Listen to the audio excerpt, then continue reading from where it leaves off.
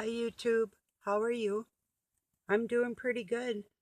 Today was actually beautiful. It was a little gloomy out. I guess it's gonna stay gloomy for like what'd they say? Something I think Doug said like for a week and then it's supposed to be snowing. So we got our one truck stuck out in the pasture in the field, but because it just has uh traction, one wheel, so it's like, yeah, it's too muddy.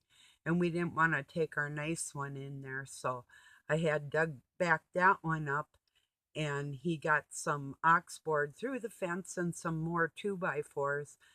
And then I found a place to stack it and put down some rubber mats and got it in their barn out of the weather. So when we do want to build, we can just some more, just go in there and there's light in there and we can put heat and so that's cool. I got my workout, big sheets of ox board. I know I'm going to be cutting them up before we hang them on the ceiling. It's not like I ever wanted to do drywall, but I did love it when I did do it. But I don't think any woman should ever have to work like a man. It's just the position I was put in many times just to make the world go around in my life. So, yeah, it was rough. Not nothing I'd recommend for any ladies, you know. And even being around a lot of guys a lot of times was really hard on me. So, yeah, it's not something I'd recommend for women, the construction field. Well, perhaps, maybe, whatever, depends on what they're doing. But drywall, no. But then, like the taping and that type of thing, I really enjoyed that too. And the spackle and whatever. And had a design that I could do with a trowel, a skip trowel, making like shells that looked like macaroni shells. And that was a big deal, back 70s and 80s. So the Lottie dolls would get that done, like below their crown molding, and it was all molded out of drywall also. And then they put trim on that, wood trim, and different things, whatever their designs, whatever their desires. So, yeah, it was fun. That part I liked. So, I thought I'd start on the creation story saga. So, we'll just call this creation, our creation story.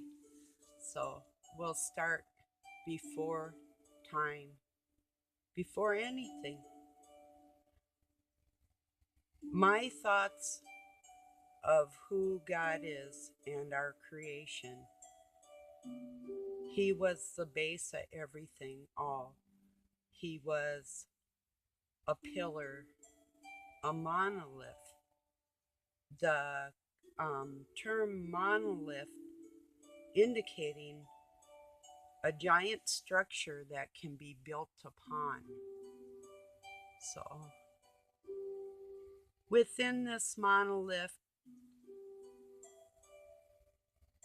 there was a sadness and a loneliness, an unexplainable lack of movement, stillness. Um, I'll, I'll just say our Father, I'll refer. Um, he did a lot of things. He created a lot of shapes. He created thoughts on music and life and what would life be and his movement in water and movement in air and life. And like I say, this is pre Satan. So there were no actual thoughts of any destruction. There was absolutely no destruction. He didn't and doesn't destroy any of his creations. Like I say, this is going to be part one of a saga, a very long saga, creation story. So tonight we'll just start out with he was lonely. He created another pillar. He created an equal part of his self. And the thoughts therein were the individual's thoughts for their own self. They, like a show and tell, would create and show and create and show. Within the first creation, let's just call it expenditure of energy. Not that it could be taken and not given back. It was a flow, and it was a mutual flow. Within,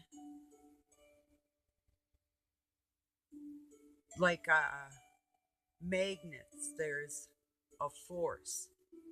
So you have two pillars. You have that continual, each one doing their own thing, each one equal in that essence. But the original, let's just say the original got a headache. So you have these monoliths. So we'll go signal, signal, I'm saying signally one. We'll go back to the original one. He's standing, monolith. Dude's over here, he's okay, But monolith got a headache. So what to do? Second dude's feeling that headache. It's a equal feeling within each of them. But the monolith's the dude with the headache, the original. Even though second in command now, equal, but nonetheless younger.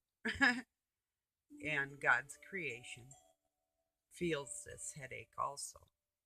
So way, way, way, way, way monolithic headache, way up there.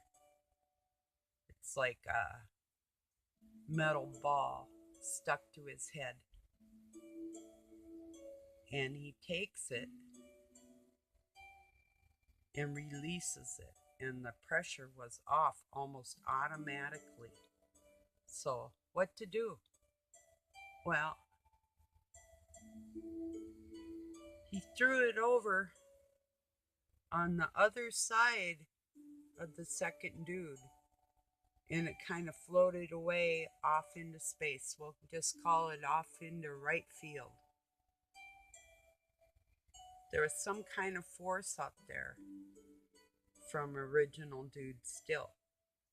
So this metal came back and stuck lower, came down kind of at an angle and stuck lower to second dude. Now, in essence, at this moment, there was three. So tonight, I'm going to leave this at that point. So God kind of got rid of his headache on the second guy, in a manner of speaking. Now, what's he going to do? What's the second guy going to do? And what the heck's that little ball going to do? What are they? What is it for? Why? All these questions come to mind. So here's my bedtime story for you, a cliffhanger. I love you all. Thank you for joining me, and we'll continue this a day or so. I'll come back with my regular videos, but we'll just keep our creation story saga busy. I love you all. Peace and love from Pine City, Minnesota, USA. Night.